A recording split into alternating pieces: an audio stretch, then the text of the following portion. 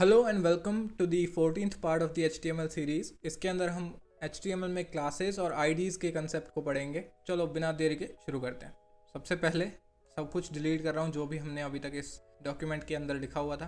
तो सबसे पहले क्लासेस के बारे में समझना होगा हमें कि क्लासेस क्या होती है। अभी तक मैंने काफ़ी जगह क्लासेस का यूज़ किया है, बट आज उसे प्रॉपरली देखेंगे कि क्या है। तो सबसे पहले एक क्लास बनाते हैं। एक क्लास को बनाने का सिंटेक्स ये होता है कि पहले डॉट लिखो और उसके बाद उसका नाम लिखो।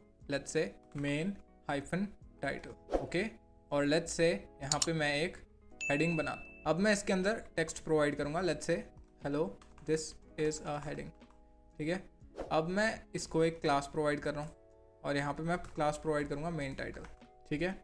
तो अब मैं इन कर्ली ब्रेसेस के अंदर प्रॉपर्टीज़ लिख सकता हूँ। फॉर एग्जांपल कलर रेड, तो टेक्स्ट का कलर रेड हो जाएगा। चलो एक बार सेव करके देखते क्या है। तो ये काम कर रहा है। अब मेन बात यह है कि क्लासेस जो हैं वो हम मल्टीपल HTML एलिमेंट्स को दे सकते हैं। फॉर एग्जांपल यहाँ पे एक H2 है और उसमें मैं लिख रहा हूँ दिस इज़ एन H2 और इसको मैं सेम क्लास अगर दूँ तो भी काम करेगा, ठीक है। रेड है, बाय डिफ़ॉल्ट ब्लैक होता है टेक्स्ट, तो ये काम कर रहा है। और एक एलिमेंट मल्टीपल क्लासेस भी ले सकता है। फॉर एग्जांपल ये एक क्लास है मेन सब टाइटल, ठीक है। और यहाँ पे मैं अगर लेट्स से फॉन्ट साइज दूँ लेट्स से 2em और इसका मैं यूज़ करूँ मेन सब टाइटल की क्लास को मैं यहाँ पे स्पेस दे के यूज़ कर सकता हूँ। तो अब ये यहाँ पे यूज़ हो रहा है कि नहीं, चलो देख लेते हैं। em की जगह यहाँ पे px का यूज़ होगा क्योंकि हमें एब्सोल्यूट यूनिट्स हैं उनका यूज़ करना है। लेट्स से 20, ओके 20 px, तो ये काम कर रहा है।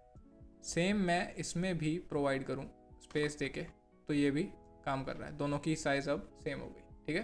तो हम एक एलिमेंट को मल्टीपल क्लासेस भी दे सकते हैं, ये भी सीख लिया हमने, ठीक है। तो क्लासेस में तो यही सीखना था। बेसिकली हम एक क्लास डिफाइन करते हैं और मल्टीपल एलिमेंट्स को उसे यूज़ करने के लिए असाइन कर देते हैं उस क्लास को उस पर्टिकुलर एलिमेंट पे जहाँ पे भी हमें इसे यूज़ करना है। तो ये होती है क्लासेस। अब IDs क्या होती है? IDs थोड़ी सी डिफरेंट होती है। IDs में ये होता है कि वो किसी एक पर्टिकुलर एलिमेंट को एक्सक्लूसिवली प्रोवाइड होती है। तो अगर इसको मैं सिंपल वर्ड्स में बोलूँ तो एक एलिमेंट की एक यूनिक ID होगी, बेसिकली ये है कंसेप्ट।